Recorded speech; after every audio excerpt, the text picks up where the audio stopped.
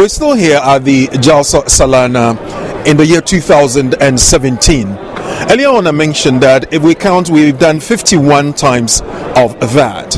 Last year we had the opportunity of meeting the head of the Ahmadiyya mission in Ghana, and he took us through some insights as to what to expect at Jalsa and the situation back in Ghana. And fortunately this year we have chanced on him again. Assalamu alaikum. Wa alaikum salam wa rahmatullah wa barakatuh. How is Ghana now? Ghana, we are managing to do things right, and we are on course, and hopefully very soon we shall overcome. We have a long way to go, but we've started, and we started well, so we'll get there.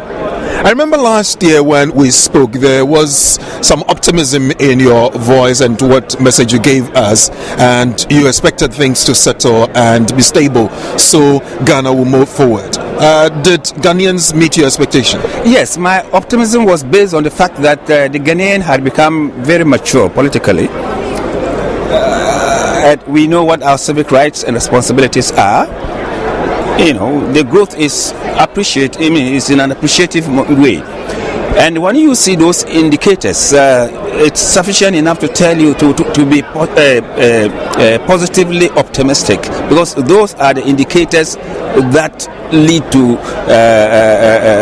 this positive, results.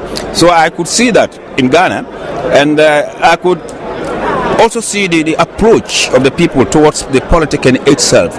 It was the type that could tell you that yes, these are an informed people, and by virtue of the fact that they are informed, will at the end of the day get somewhere without necessarily dealing any deadly blow to the cohesion of our country.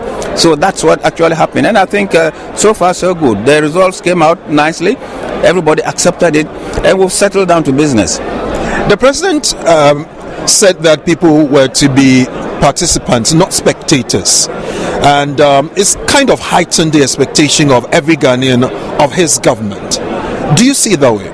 Well, if you want people to be participants and not spectators, you at the helm of affairs should put in measures to ensure that you invite them, you get them onto the playing field.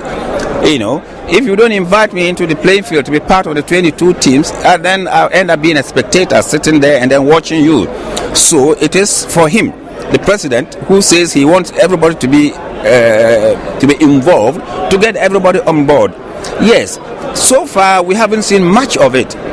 We haven't seen much of it so far, but I believe it's early yet to be able to see. What I've seen so far is that, for instance, only recently, one opposition leader was brought into the government by the president appointing him as ambassador at large for Ghana.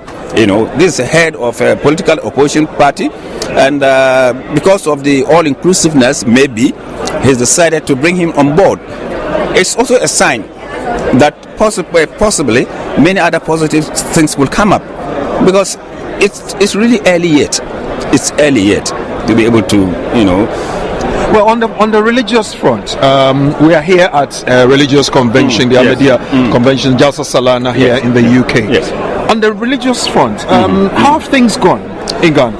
In Ghana, I think Ghana is a steady case for everybody, everywhere and anywhere in the world when it comes to religious stability, religious cooperation, and because in Ghana is one place where all the religious bodies,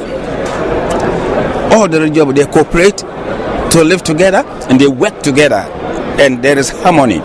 So as far as the political scene is concerned, we don't really have a problem. It's very stable, and it's one place you can comfortably rule out religious conflict, because it's almost non-existent. Much earlier, yes, there was. But like I said, we've overcome that. We've grown, and we continue growing. My only fear is the politicians, because they try to draw the religious leaders into politics. Like the recent elections that we had, you find some of the political parties getting some of these religious leaders onto their side, even predicting this will win, predicting that will win, and so on and so forth. That wasn't the right thing to do. But, the religious people will not just come out to do these things without the interference of the political parties. They led them to that. But all said and done, it's not bad for Ghana. We are okay. We are good. And I think the peace that we're enjoying in Ghana is good for everyone to come to see.